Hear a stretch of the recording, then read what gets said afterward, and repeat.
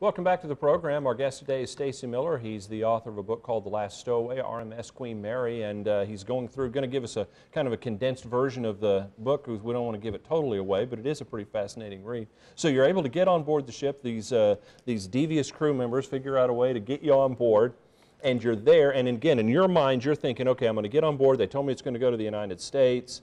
Ideally, we're going to take 4 or 5 days. We're going to dock in New York, and then I'll figure out a way how to get back to Chicagoland from New York. There you go. So when do you realize that when do things change a little bit for you on the ship? Well, they found me a cabin, and they brought me to this empty cabin down the sea deck, and they gave me a couple of oranges and apples, and they says, we'll be back to take care of you. That was the last time I seen them. There was a person coming around, one of the deckhands coming around checking cabins, empty cabins for stowaways, you know. And he opened the door, and there I was laying down on one of the cots. So he says, he asked me, "Are you a passenger?" I told him, "Yeah, I just wanted to get away from the crowd." And I gave him some kind of bull story. And he accepted that, and he left, but I knew he'd be back. So I eventually ended up leaving the cabin. And I went up on deck.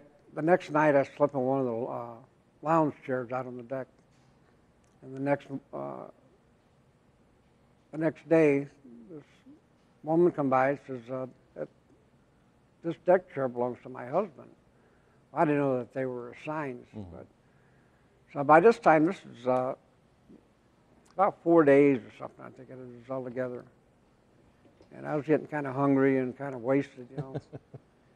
So I broke down and I told her my story. She was an elderly woman, so she started laughing. And when her husband came, you know, the three of us got together on the story. And they asked me if there was anything I could do for them. I told them, well, I'd like to take a shower, so they let me take a shower in their cabin. Right. You know. And they gave me $5. They said, "You sleep here all you want." You know. So that was pretty nice. Anyway, we were going across the equator at the time, and it was getting hot. So everybody was coming up on deck and trying to catch a breeze, you know.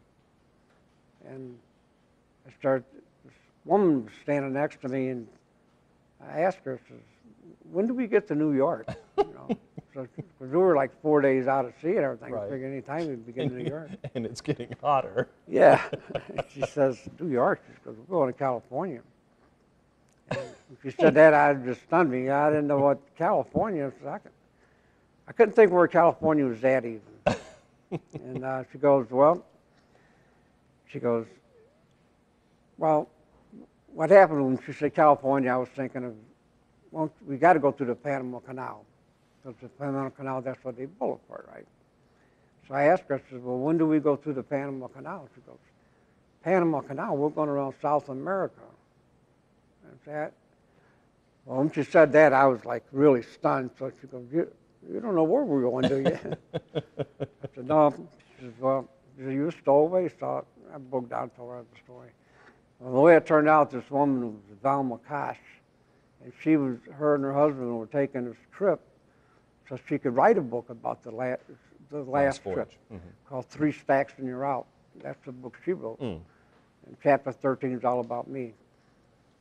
So anyway, she turned me in, I got caught, and when we got to Rio de Janeiro, which was our next port of call, the American consul come aboard and signed me on as a crew member. So now I'm legitimately on the Queen Mary. Now, why would they do that? Why wouldn't they? Well, I guess what's their option, right? I mean, they're not going to throw you overboard and make you walk the plank, I guess. They would put me in a brig and keep me there, but the consul told me, so we're in kind of a sticky predicament with you. He says, you're an American citizen, and the United States owns the ship, but it's all run by British crew members. So if you want to sign on as a crew member, we can sign you on and work your passage out. Or we can take you ashore and incarcerate you until we get the money from the consulate in the U.S. and we'll fly you back to the U.S. and you can pay the consulate back. I said, you mean I got to sit in jail for how long? Well, probably about 2 weeks. I said, no, if if I can sign on, I'll sign on and be a crew member. So I'm not only the last, well, I'm not actually the last stowaway, but I became the only American crew member on the last voyage by signing on.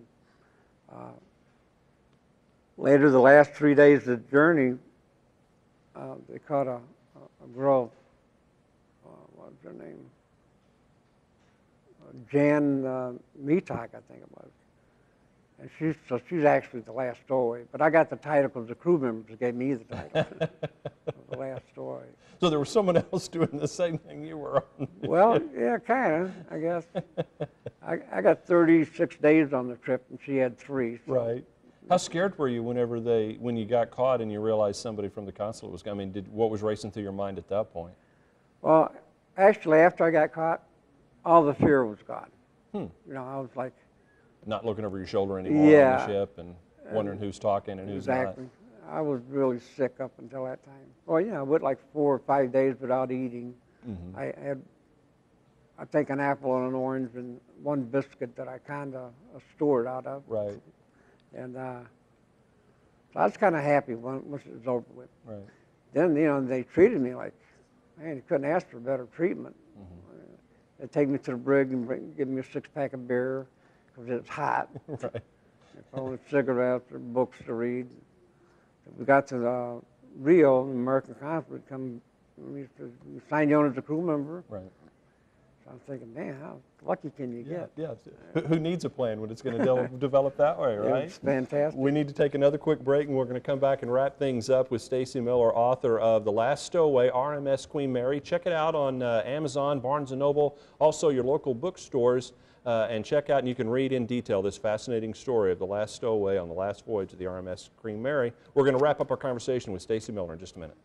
If you have a topic or issue you'd like us to focus on, please write to the address on your screen or fax us at 357-3811. Or you can email us